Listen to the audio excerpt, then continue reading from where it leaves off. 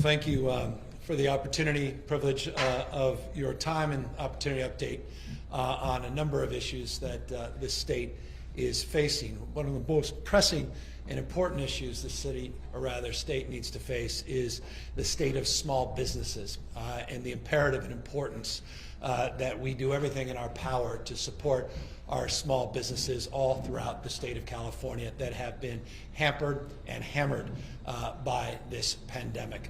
I am very proud in terms of the work that I was able to do before I got into politics to have developed and conceived a number of small businesses in this state. It's a point of deep pride, it's a point of deep privilege that we were able to grow one small business with one part-time employee, Pat Kelly, to a number of businesses, 23 businesses at peak, and employ at peak roughly 1,000 people throughout the state of California.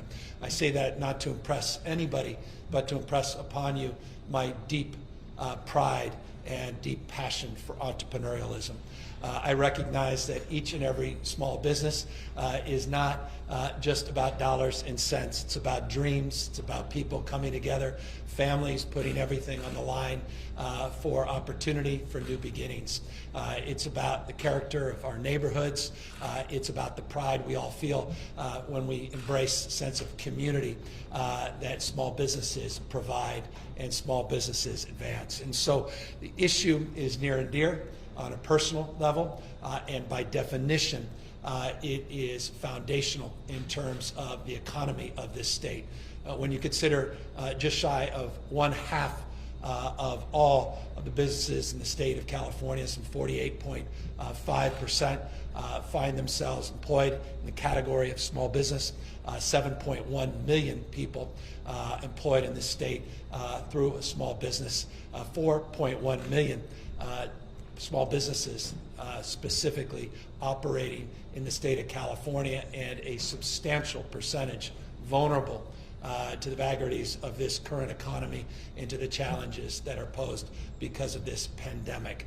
In fact, by one estimate survey recently that came out, 44% of businesses in this state, small businesses, are feeling vulnerable to the pressures of this pandemic, so much so that they believe they are likely to close in the not too distant future. That is a jaw-dropping percentage of small businesses that are looking at the prospect of a financial cliff so pronounced that they simply can no longer keep their doors open, or can't even envision reopening their doors that have been temporarily closed because of this pandemic. And it's not lost on me, it shouldn't be lost on any of you, the disproportionate number of those small business men and women that are represented in minority communities, and in particular women-owned businesses that are overrepresented in that 44% statistic. And so this is really about the lifeblood of California and its economy. It's about a sense of pride and spirit that we all have, and sense of place in our own communities, so indelibly marked by the contributions of entrepreneurs that create the serendipity that is a part of life. The ability to walk down your sidewalk, to run into strangers, to have experiences and magical moments that define an abundant life. The ability to sit there in a coffee shop, maybe overhear some strangers walking in, get a sense of perspective in your own life, a sense of context in your relationship to your life to others. Those are experiences provided by small businesses, by people that put everything on the line and take pen to paper, come up with an idea, and advance a dream. And so really this is about the California dream, and this is about our embracing that dream in a more robust and arguably refined way. And so today we'll be signing 3 pieces of legislation to support our small business community. And this is part of a package of small business supports, over a dozen specific actions that have been taken over the last number of months to support our small businesses throughout the state of California. I'll talk in much more detail about a number of those actions, but I want to bring up one of the leaders, one of the great advocates in the state legislature for small businesses, someone who was a small businesswoman herself for roughly a quarter of a century, someone who understands the challenges and travails of small businesses all throughout the state of California, not just in her current capacity as a state senator in her own district, but someone who's had a broader capacity of understanding, representing the state in her former role and capacity working in the executive branch under the previous administration, and that's Senator Caballero, who I'd love to come up and in particular highlight her advocacy on a bill to create a hiring tax credit in the state of California, one of the most significant tax credits in our state history that targets the needs of our small businesses in particular and addresses the direct impacts of COVID-19 and this pandemic in effort and in order to provide more supports for businesses to come back more robustly and hire more people and have a financial leg up in that process. So with that, let me just invite up the senator. She'll talk about her bill, broader package, and then I'll walk through some of the other bills that we're signing and some of the more specific reforms that we're also advancing in the state. Senator? Well, thank you to Governor Newsom. I just have to say that it has been an extreme pleasure for me to work with you and your staff as we've worked so hard this year to try to come up with solutions to a global pandemic. You have been a great champion of small businesses, and I want to thank you from the bottom of my heart. I represent the 12th Senate District, which is a rural agricultural district. And so small businesses play a huge role in this district. Many of the small businesses are minority owned and, just as importantly, immigrant owned. Immigrants come to this country looking for the American dream and, quite frankly, to California looking for the California dream. And they come with very few resources, but a lot of energy, a lot of talent and family that help them make their small businesses a success. And this pandemic has really placed an incredible burden on them and their family because their dreams have been delayed, and in many instances, they're wondering whether they're going to survive this pandemic economically because of the requirement to shelter in place and to keep their family safe. And so, as I talked with these small businesses all over the state, their number one issue was, where am I going to get the capital? Where am I going to get the ability to start hiring the people that have been staying at home, that have not been working? How am I going to be able to do this? And we sat down and had a conversation among the Assembly and the Senate and the governor, and I was one of the lead authors on this particular bill, which is SB 1447. This bill expands California's assistance programs for small businesses during the COVID-19. So this is specifically related to this particular pandemic. And it establishes a hiring tax credit for eligible small businesses that can be applied against their income tax liabilities, personal or corporate, depending on how they file, or sales and use tax liabilities. And the importance of this particular tax credit is that for every employee that you bring back during, after the shelter-in-place orders start to change, then you get a tax credit of up to $1,000 per employee, which will be a tremendous assistance for these small businesses, along with a variety of other assistance programs that the state has developed. It's going to be critically important for them to be able to access this resource, to be able to bring their resources together and to move forward. You know, this is a tough time, and we've asked everybody to make sacrifices, both personally and professionally in terms of the business community. But they're looking for hope, they're looking for leadership, and they're looking for the opportunity to be able to access resources to make them successful. And this tax credit is going to be tremendously important. So again, I want to thank the governor for his support, for his commitment to small business, and for allowing us to do the work that we needed to do to be able to put a bill on his desk. It doesn't happen without the cooperation of everyone, and I'm very proud to say that that this came together in the last days of the legislative session, because there was a commitment among all of us to make sure that our small businesses come back. We absolutely need to see them be successful, and this is going to be one of the tools. Thank you, Governor Newsom, for your leadership. Thank you for the bill signing here today. Thank you for giving our small businesses hope as we move into the future. And thank you, because this is going to be a tremendous asset in our community. We really appreciate it very, very much. Thank you, Senator, and thanks again for your leadership, and also your co-authors, Cervantes and Bradford, that worked hard on this $100 million tax credit, $1,000 per hire tax credit to work against your income tax or your sales and use tax. It's eligible for small businesses less than 100 employees, and it marks a consideration that directly relates to the pandemic, that your gross income had to have declined by 50% since this time last year. And the reason we created that construct of considerations is so often with tax credits, it goes to the haves, not the have-nots. So often these open-ended tax credits go to a handful of well-resourced companies, not necessarily those small businesses that need them the most. So I want to thank, again, I use the word refinement, for the refinement of this bill to really target those most in need. And I want to again congratulate Senator Caballero for her leadership and her stewardship to advance this cause. This cause includes a number of other specific supports for our small businesses. $125 million was made available in the recent budget in the iBank to support small businesses that fall through the cracks, that aren't getting SBA loans, that didn't get the federal PPP loans.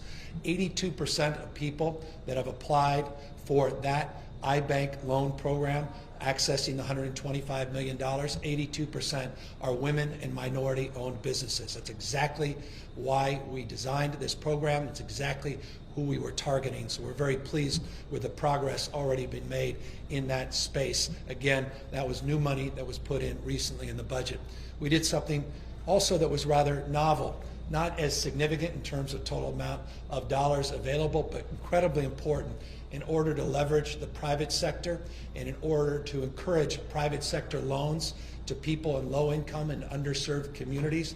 We put an additional $25 million up for what we call first loss payments, meaning we're guaranteeing these loans against the private sector in order to encourage the private sector to make loans in underserved communities, higher risk loans for many small businesses.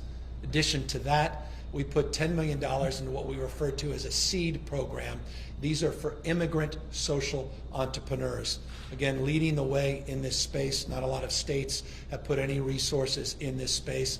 It's a novel program. It's a seed fund itself, meaning we want to see how effective this program is. We'll consider next year the opportunity to substantially increase the amount of funding in this space, but it's a novel program and one that we collaboratively work together to advance this year.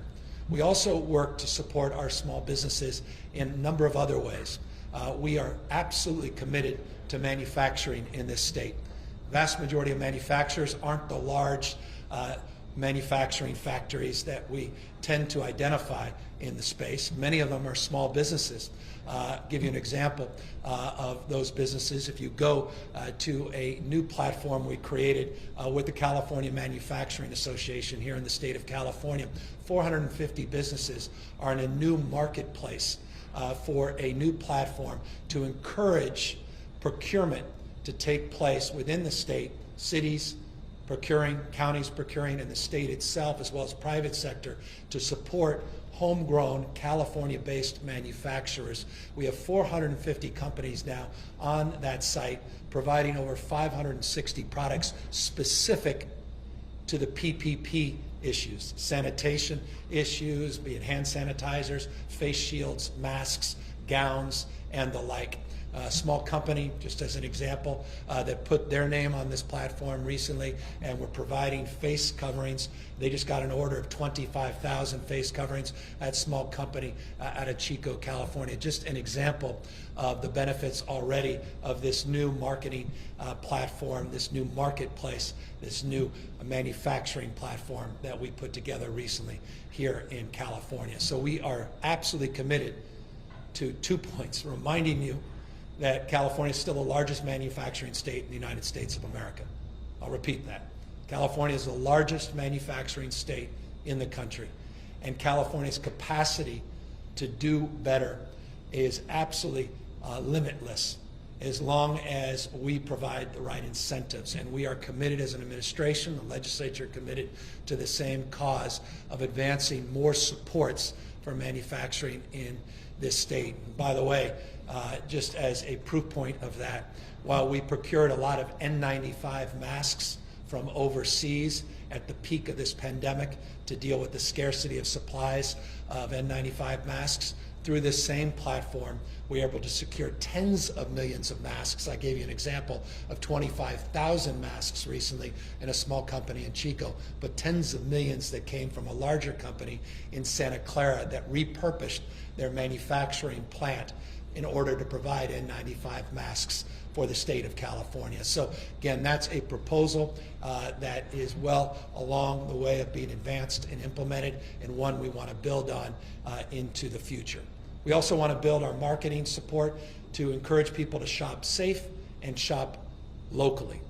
We initiated through our Jobs and Economic Recovery Task Force this program in partnership with Nextdoor and Yelp, Facebook, Google, and many other platforms to help support a framework, a mindset to shop local, to go local, and to shop in a safe manner. And so that is also part of a promotion and a marketing strategy that we're also advancing here in the state. We extended by 90 days the timeline and the deadlines associated with collecting sales tax, collecting state taxes in order to support small businesses. We extended for 90 days relicensing requirements for small businesses in this state is another effort in order to support small business retention and development. We also provided up to $50,000 loans, interest-free, for up to 1 year for small businesses that otherwise are required to collect sales tax and then send those collections to the state. We said there are no collections required for a year, and you're able to access up to $50,000 of those sales tax. You can float those dollars to deal with cash flow needs without any penalty and without any interest attached. That's a significant program that currently has provided over $106 million of relief for small businesses. So $100 million hiring tax credit, $106 million relief in terms of floating loans up to $50,000 for sales tax that is owed to the state, a delay in terms of requirements on sales and use tax as well as income tax coming into the state, relicensing requirements pushed aside, support in terms of marketing and support that will be included in the package of bills that I'm also signing here today to conform our PPP program, where California outperformed the rest of the nation. 13% of all the PPP loans in this country came in, or rather dollars came into the state of California. $68.6 billion. $68.6 billion of loans came in to the state under the PPP program. We have a bill authored by Assemblywoman Burke that will conform to state law a ability for the PPP program to no longer require the collection of state taxes, meaning we'll waive the state tax requirement under the PPP program pursuant to the bill that I'll be signing here in a moment. The other bill we'll be signing will provide $406.7 million of accelerated bonds to be distributed, to be put to work to create thousands and thousands of jobs here in the state of California in order to get people working and moving again. So we're basically accelerating bonds that are out there that aren't being utilized, that aren't being put to work. So that acceleration includes, as I said, over $406 million. That is a part of what we refer to as the Budget Junior Bill that I'll also be signing. I said there were a dozen things, probably lost you on 7 or 8 of these. We put out information in this space, including an update on our Great Plates program. We are here at Solomon's Deli. This is a deli that opened up last year in July. 2 extraordinary women, one who's here with us, Andrea, been involved in the restaurant business for years. They put pen to paper. They took a dream, took an idea, old Tower Records in the state of California, took some of the cues of Tower Records, a little bit of its history, its founder, Solomon, and put together a deli that connected with some of the iconography, some of the spirit that was part of Tower Records here in the state of California. They put this deli, organized this deli at the peak of our economic growth last July, only to run into the buzzsaw of this pandemic. They closed on March 17th of this year, as so many other businesses did. At peak, they had 26 employees, but they've been able to scratch their way back. Even though their revenue's way down, they've been able to work through a number of programs that the city of Sacramento has provided and the state has provided. They were able to draw down a little PPP money. They were able to use that entrepreneurial mindset, long-windedly, to figure out a way just to keep the doors open, have some outdoor seating, and they're still operating. Not as many employees, about half of where they were at peak, but they also took advantage of that Great Plates program. That Great Plates program now has supported 8,904 jobs. That's an exact number, 8,904 jobs since we conceived this first-in-the-nation program. 9.1 million meals have been served to seniors, supporting businesses like this that are providing meals that we're getting reimbursed, 75% of the dollars reimbursed by FEMA and the federal government, the state providing counties an additional 12.5%. It's a virtuous program that helps our seniors that are isolated, that are quarantined, that are addressing their own health needs, that are in an economic box where they can't afford nutritious meals. They can't afford hot meals. They can't afford delivered meals.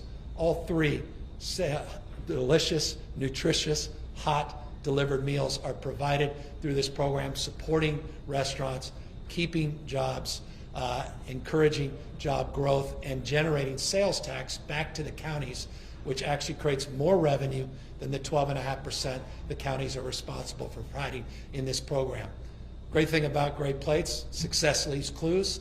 This program is now being replicated in a number of other states. We took our entrepreneurial mindset into government, came up with this program, and it's wonderful to see it operationalized all throughout the state of California. And it's wonderful to be here at a business that was, willing to test the program and willing to support it, and is now the beneficiary of the program as well. Again, it's just another example of where we are trying to help support our small business ecosystem here in the state of California. I can continue down a path of providing more examples, more proof points, but I think at this stage we'd be better off by just closing with 2 final points, and then coming to the reason we came here, rather concluding my remarks and signing these 3 pieces of legislation and moving forward. But I wanted just to acknowledge our Jobs and Recovery Task Force that has been helping us, over 120 individuals, that some of the most famous branded entrepreneurs in the United States, arguably the world, from Tim Cook to Bob Iger, that have participated in this task force for the course of the last 7 or 8 months. They helped generate some of the ideas that supported this hiring tax credit, that supported our efforts to accelerate bonds that had not gone out and been put to work. Also provided support for our Shop Safe, Shop Local program, provided tens of millions of dollars for PSAs to support safely reopening, and of course have provided supports for our sectoral guidelines in our reopening our economy. I want to just acknowledge our co-chair, both our co-chairs, my Chief of Staff, Ann O'Leary, and Tom Steyer, for their outstanding work on that task force. A lot of the work we are announcing and advancing here today comes from that brain trust. Accordingly, I want to thank my team at GoBiz. They put together an entrepreneurial task force that's partnered now with 20 different regions in this state, providing webinars and supporting our entrepreneurial ecosystem. That program is alive and well. GoBiz is also supporting our network of small business centers. We were able to draw down $34 million from the federal government to support those small business centers that are also more robust and more engaged than they've ever been. And so GoBiz team and our Economic Development Task Force, thank you for all your good work as well. And let me just conclude as I now sit down and sign these three pieces of legislation by acknowledging the obvious. Good enough never is. We have an enormous amount of work still to do to help support our small businesses, and we cannot do nearly enough without the support of the federal government. And that is why it's just fundamentally foundational that Congress gets its act together, particularly the Senate, and supports Nancy Pelosi, our Speaker, and the House of Representatives' efforts to advance a new CARES Act, which will profoundly impact and benefit small businesses in the state of California in a way that the state alone simply cannot do. This is foundational and is fundamental to the revival and the recovery of our economy. And so I'd be remiss if I didn't just end on that foundational point as well. But with that, let me end my formal remarks on this topic. I'll come back up, update you briefly on health numbers in the state related to coronavirus, and update you on the fires, and then of course we'll take questions. Now, with the Senator's concurrence, let's sign these three bills today.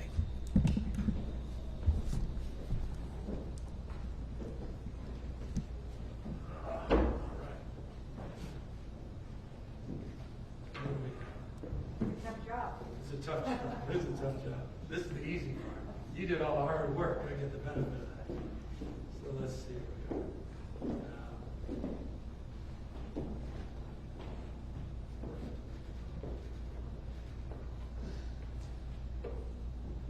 Senator, let me just get to all three. I will give you all three of these since you were a big part of all three of these. Not only sponsored but co-sponsored any other bills, and just thank you for your leadership, and I'm very grateful for your strong advocacy on behalf of our business community in the state. Thank you. Thank you so much. Thanks a lot. It's wonderful. Thank you. Great. All right.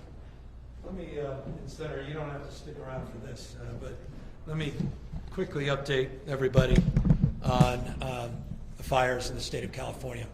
Last night, we had a number of new fire starts, over 50 fire starts in the state. We now have 28 large fire complexes that we're battling here in the state of California. 4 fires in particular have generated a lot of attention, and deservingly so. The Fork Fire, the Bear Fire up in Butte County, the Willow Fire in particular. Those 3 in particular are points of concern, new fire starts that have spread throughout northern part of the state primarily. We have made progress, additional progress on the CZU complex in and around Santa Cruz Mountains. We've made progress last night, encouraging progress in the LNU complex and the SCU complex around Santa Clara. We had some issues related to spotting of fires because of the winds from the previous 24-hour period. We had better containment overnight.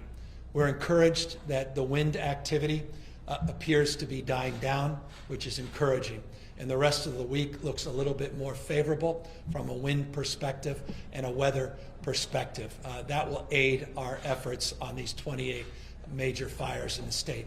The wind, of course, over the last 48 hours has presented challenges not only with the existing fires, but these new fire starts, but also with air quality throughout the state. I grew up in the Bay Area in San Francisco, and number of photographs that have been sent by family, friends this morning overwhelmed my inbox. There is obvious concern around air quality, obvious concern that has been highlighted by not only those images, but the reality as this wind events have generated a lot more air quality problems, particularly as it relates to ash that has now created, well, in sort of an ash dust up that's obviously impacted the air quality in and around not only the Bay Area, but other parts of this state. We continue to get out-of-state resources and support, though we have wildfires in the Pacific North that we are struggling with as well, or states like Washington and Oregon are struggling with. So the mutual aid system's a little stretched up there, but the mutual aid system coming in from other states is presenting a kind of support you would expect of the conditions that we're currently facing. We want to, again, just thank all our first responders, firefighters, some 14,000 strong that are working on these 28 major fires throughout the state of California. And just want folks to know that last night we received 2 additional FMAGs. These are the Fire Management Assistance Grants. 2 additional FMAGs were approved by the White House. I want to thank the White House for that support and the timeliness of that support. And we have the prospect of 2 additional declarations of emergency for 2 different counties. That information will be forthcoming as we assess the efficacy of doing so later this afternoon. So we continue to lean in, making progress on major complexes that have been highlighted over the course of the last few weeks, continuing to focus on that Creek Fire, the SQF Fire, in Tulare County, and obviously the Willow Fire, and now these new fires coming in around Orville, coming through Butte County, this Bear Fire in particular.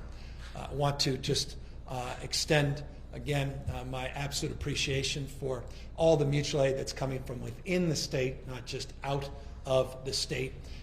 You see fire engines from all jurisdictions all throughout different parts of this state, just testament to the incredible collaborative spirit that defines this moment and defines the state of California's response to these wildfires.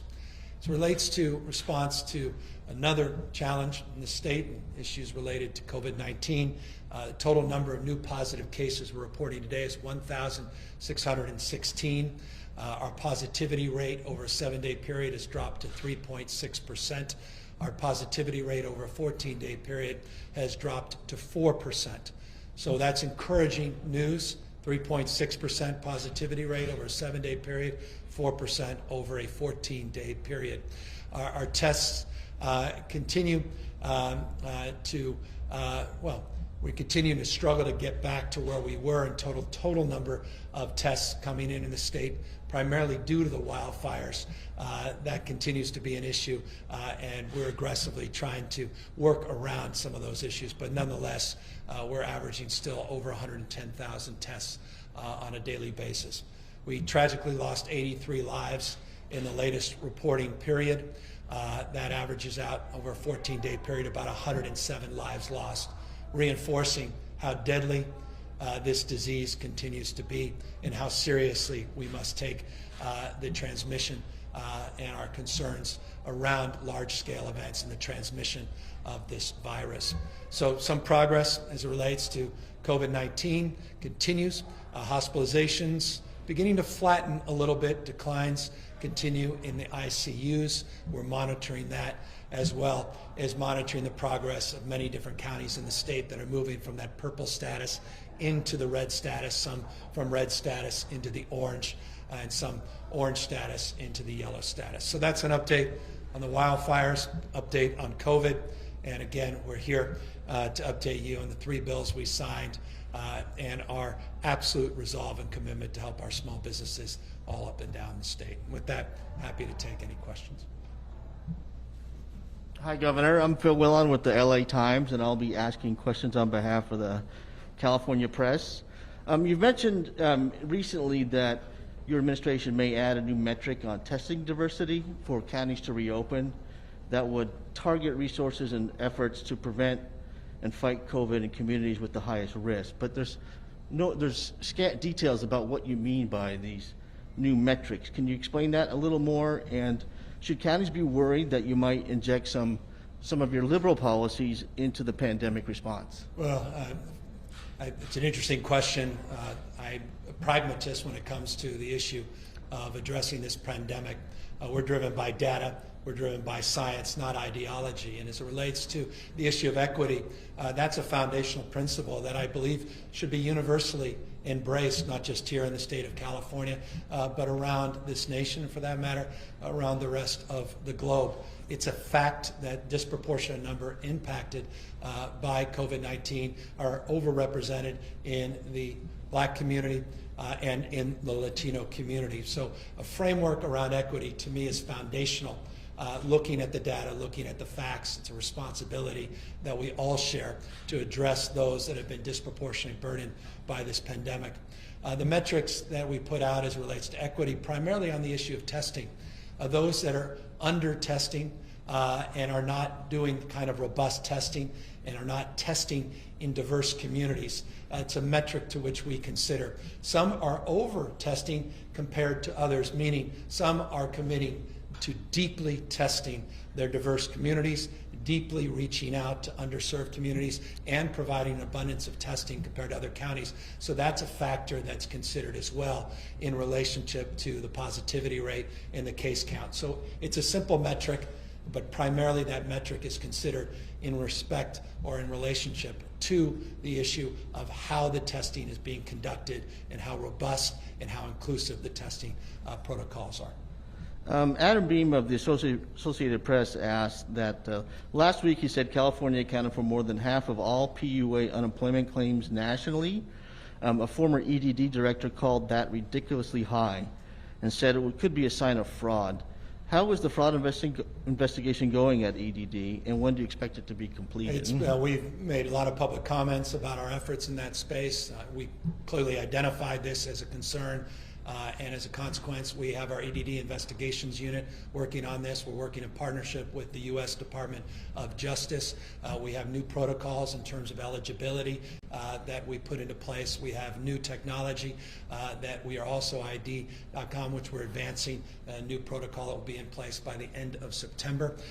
And we are looking through all the PUAs in a way that does justice to those concerns around fraud, which, by the way, is not unique to the state of California. In fact, we've seen it in many other states over the course of the last few months, and now working in partnership and working through the examples and lessons learned in other states. We're conducting our investigations with the benefit of previous investigations that have been underway in those jurisdictions. To stick on EDD for a little longer, I know you have a strike force in place to look at payment of claims, but there are still hundreds of thousands of Californians who have not received payments. What would you say to these people who may see your response to this as a failure, something that's been unfixed for months and months? Yeah, we are committed. We've done more than any other state in terms of total number of claims. We are trying to work aggressively through that backfill. We have a strike team, 5 new people that we pulled in, thousands, quite literally thousands of people that we've trained from other agencies, other departments to come in and help support our efforts at the department. We have been very vocal, very transparent for many, many months, updating the public, updating the extent possible the millions and millions of people that are trying to access this system. I'll say what I've said in the past. This is unacceptable, but so is the condition of this system when we inherited it. I don't look at that as an excuse, but I can assure you this, having talked to almost every governor in this country, they are experiencing similar challenges with their systems that were not designed for the kind of level of activity this pandemic has advanced. And so we're committed to not only addressing the short-term issues and addressing the speed at the same time, verifying so we can address fraud on the one hand, which means go slow and be accountable, at the same time move expeditiously. And so it's that push and pull that we have to balance in terms of advancing these efforts. But my commitment is to no longer balance on the pin of an inadequate database and inadequate IT system, and that is to commit to the medium and long term to completely overhaul and refine the EDD system, which by definition is inadequate to any future pandemic. So that is happening concurrently as we try to patch this system together, and we are committed to advancing in partnership with the legislature these long-term reforms. Now, that's not the only system that's had trouble in California. The CalReady system and its problems weren't really a big surprise for anyone who's familiar with how that works. Did Dr. Sonia Angel take the fall for that because your administration got a black eye over the failures there? The answer is no, and we have substantially addressed those concerns. We built a parallel program, an IT system specific for COVID. That was actually done under our stated timeline. We were able to accomplish that, now put that system into place, but the answer is no to the question. Alexei Kosov at the San Francisco Chronicle has a question about the new book that came out by Bob Woodward and about President Trump downplaying the virus. If the president had been more forthright with the public, would Californians' lives have been saved and the economy have taken less of a hit? I am not able to answer that question. I don't know anything about the details of the book. I've been focused primarily, particularly today, around the issue of the pandemic, the fires, and obviously our support of small businesses. When I have a chance to read the book or references from the book that the question is referring to, I'll be able to respond. I mean, we'll set the book aside. I mean, if Trump had been more forthright with the public about the severity of the coronavirus pandemic, do you think as many people would have died in California, and do you think the economy here would have taken such a major hit? Yeah, it's a different question, and to the extent that I'm here to adjudicate as a pundit my feelings about how the president has responded to this, it's difficult to do because I think the context of your question is in relationship to the book and whatever may have come forward from the book. So I don't want to answer that question out of context. The relationship we've had with the Trump administration in terms of the supports we've received, the requests that we have made of the administration, those requests have not been denied. Those requests have actually been supported on a consistent basis. I've not been shy about stating that. Again, I'm not here to play partisan, I'm here to call balls and strikes, and I've done that fairly consistently throughout. And so in terms of the relationship that we've had with the White House in terms of getting the supports, the specific requests that we have made in getting that support, we've been very abundant in terms of expressing where those supports have come in and expressed some concern where they haven't. But vast majority have been requested. The vast majority have been received. Marissa Lagos at KQED and Nicole Nixon at Capital Public Radio wanted to know if you've learned any more about the Capital Christian event this past weekend, if you've been briefed by the CHP about what happened, and if you can tell us what you learned.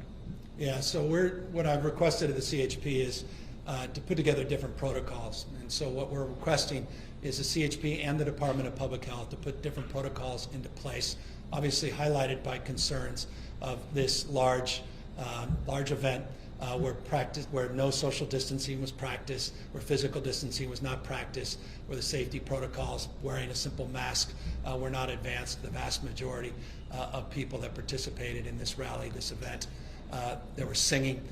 There's real concern about the spread of this virus, not just for those that were at the event, for people that innocently were not at the event, because people that may have been exposed from the event coming back into a community, coming back into a household, and potentially putting other people at risk. And that, respectfully, is not acceptable. And so I've requested specifically of the California Highway Patrol to partner with the Department of Public Health and put new permitting protocols in place.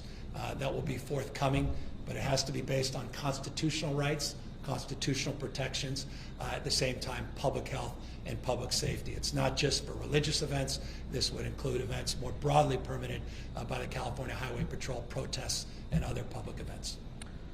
Cheryl Miller at the National Law Journal wants to know when you're going to appoint a new California Supreme Court justice. Now retired Justice Ming Chen announced his retirement in January, and 8 months later the Supreme Court is now having to rely on pro tem justices from the Courts of Appeal to do its work. Yeah, very shortly we'll be announcing the Supreme Court pick.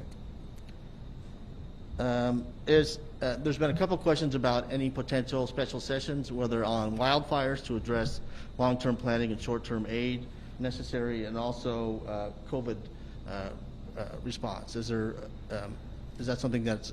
It's not currently under consideration. We are advancing our efforts to suppress the transmission of this virus. The state of California has seen 7-day positivity rate drop below 4% to 3.6%. We put out new tiered protocols, new color-coded protocols as it relates to the reopening of the economy. We did so in partnership with local health officers, in partnership with industry, sector by sector.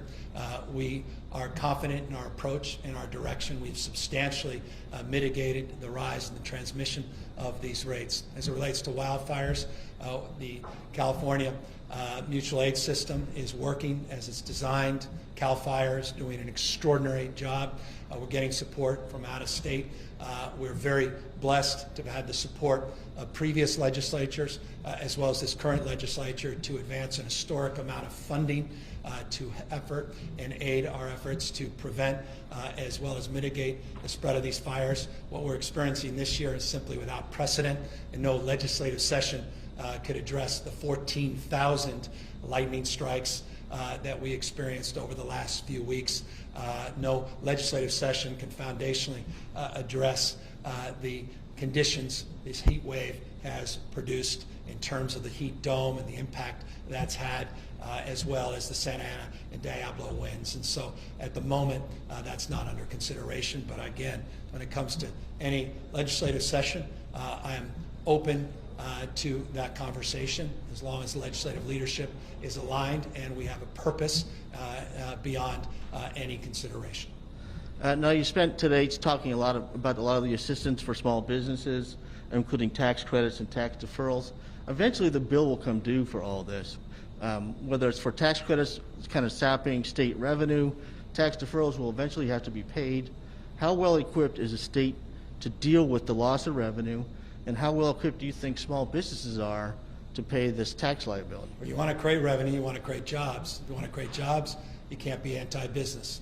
And so the whole point of this effort is to stimulate economic recovery, which stimulates revenue, which stimulates virtuous cycle of tax support. And so the idea is not very complicated. We balanced our budget last year with consideration of all of our priorities in the state. The $125 million we put in the iBank was part of our budget. We were able to balance a $54.3 billion budget shortfall last year, and we found the money for this program as it relates to those small business loans. We found the money for many different programs to support small businesses.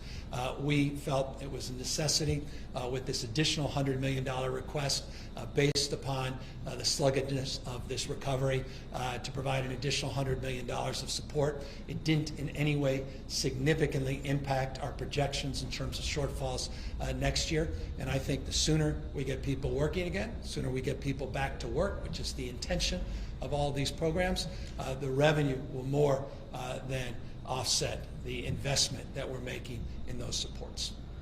I have a question from Raj Vora of the Jagrati newspapers in India. I guess you have a worldwide audience on these briefings.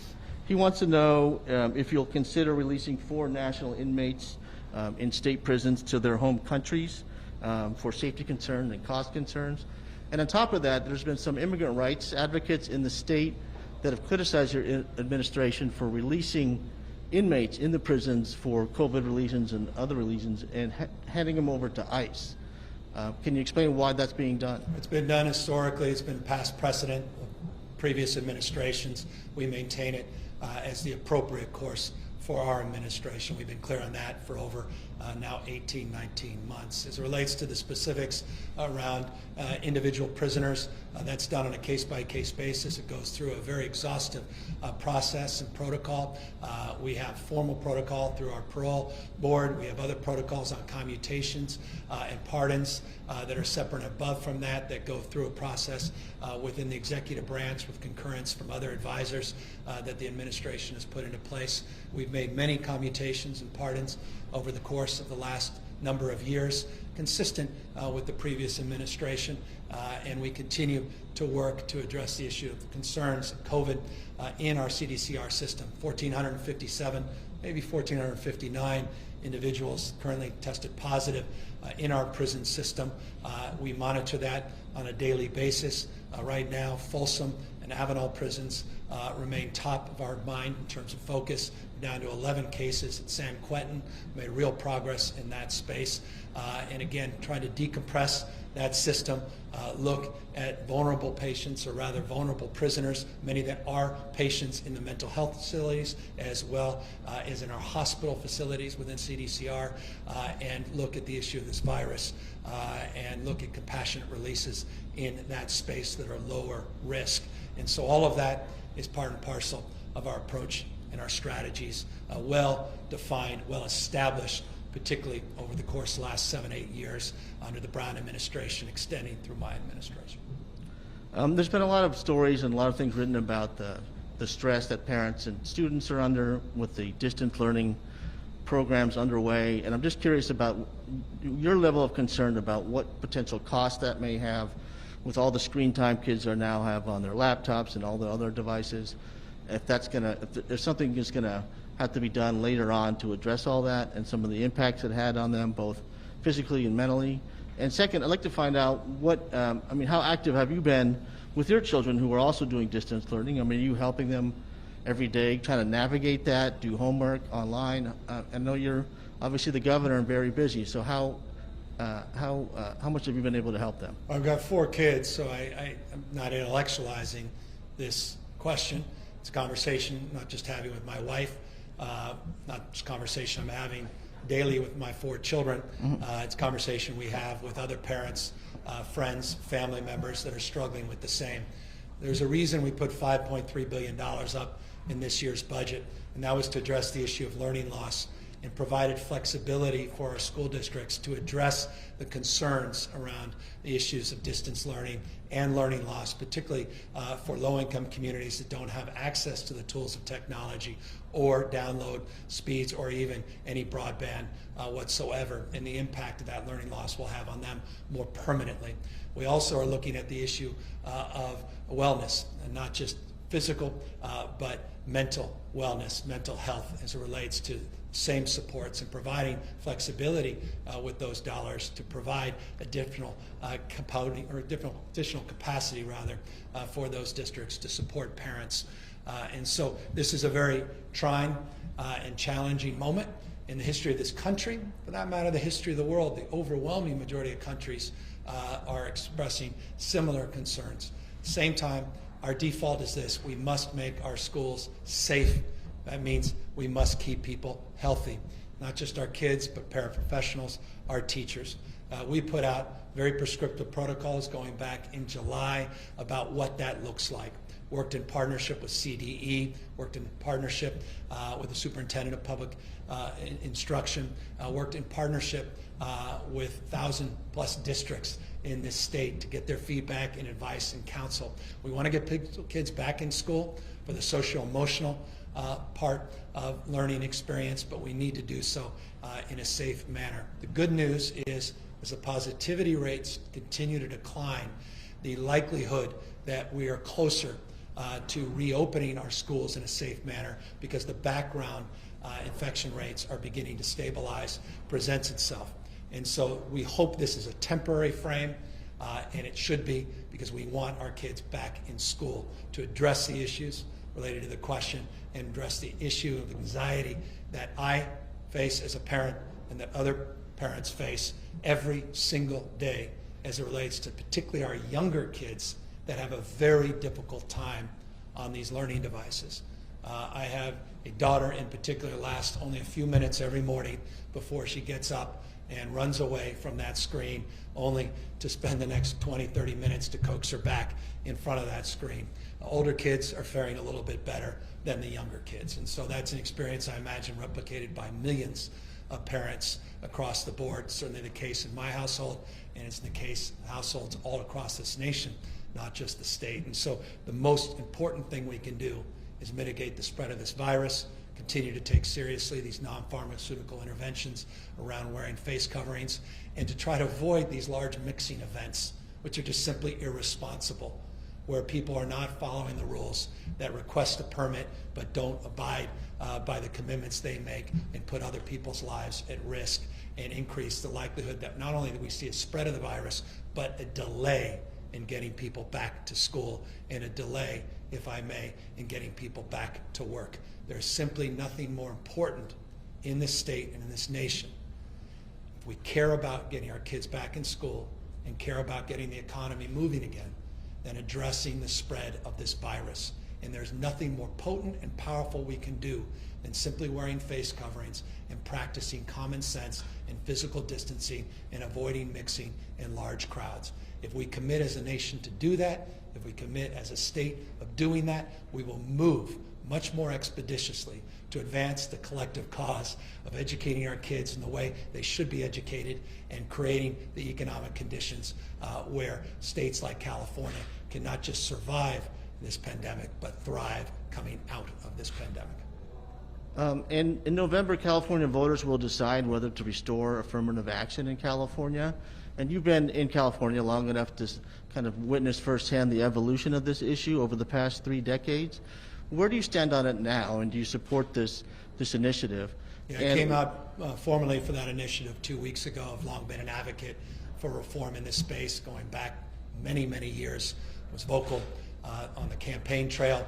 No one should be surprised by the support of this initiative. I was very heartened that the legislature was able to move this forward, very gratified by it. And I know firsthand, not only through my personal experiences as relates to the work I've done in public service over the course of decades, but the work that I had the privilege of doing as a member of the UC Board of Regents and the CSU Board of Trustees, to see the impact that affirmative action coming out of 1995 has done, particularly the black students, and decline in the total number of black students enrolled. I think this is a significant initiative, and I hope and encourage others to support this cause in November. Do you think there are any drawbacks to the initiative, or There's restoring always consequences action? and unintended. I think the drawback of the status quo is self-evident, and it's exampled by data, statistics. It's exampled by opportunity lost. And so I think overwhelmingly the jury is back, and in this case we have the opportunity in November to right the wrong of 1995.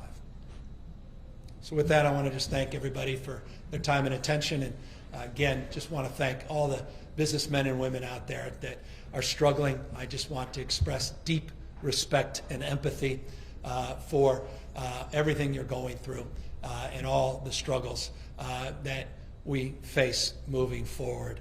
I want you to know that the state is trying to do more for you than we've done in the past, but I also recognize, final words, that we have a lot more to do to support your efforts to recover and to address the deep anxiety you have about prospects of your ability to continue to operate in this state. And so just know that we look forward to many new announcements supporting our small businesses over the course of not just the next months, but many weeks.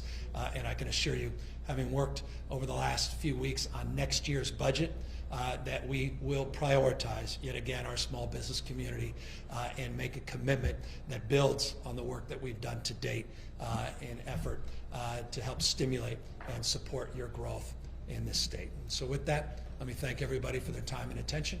I look forward to catching up very, very soon.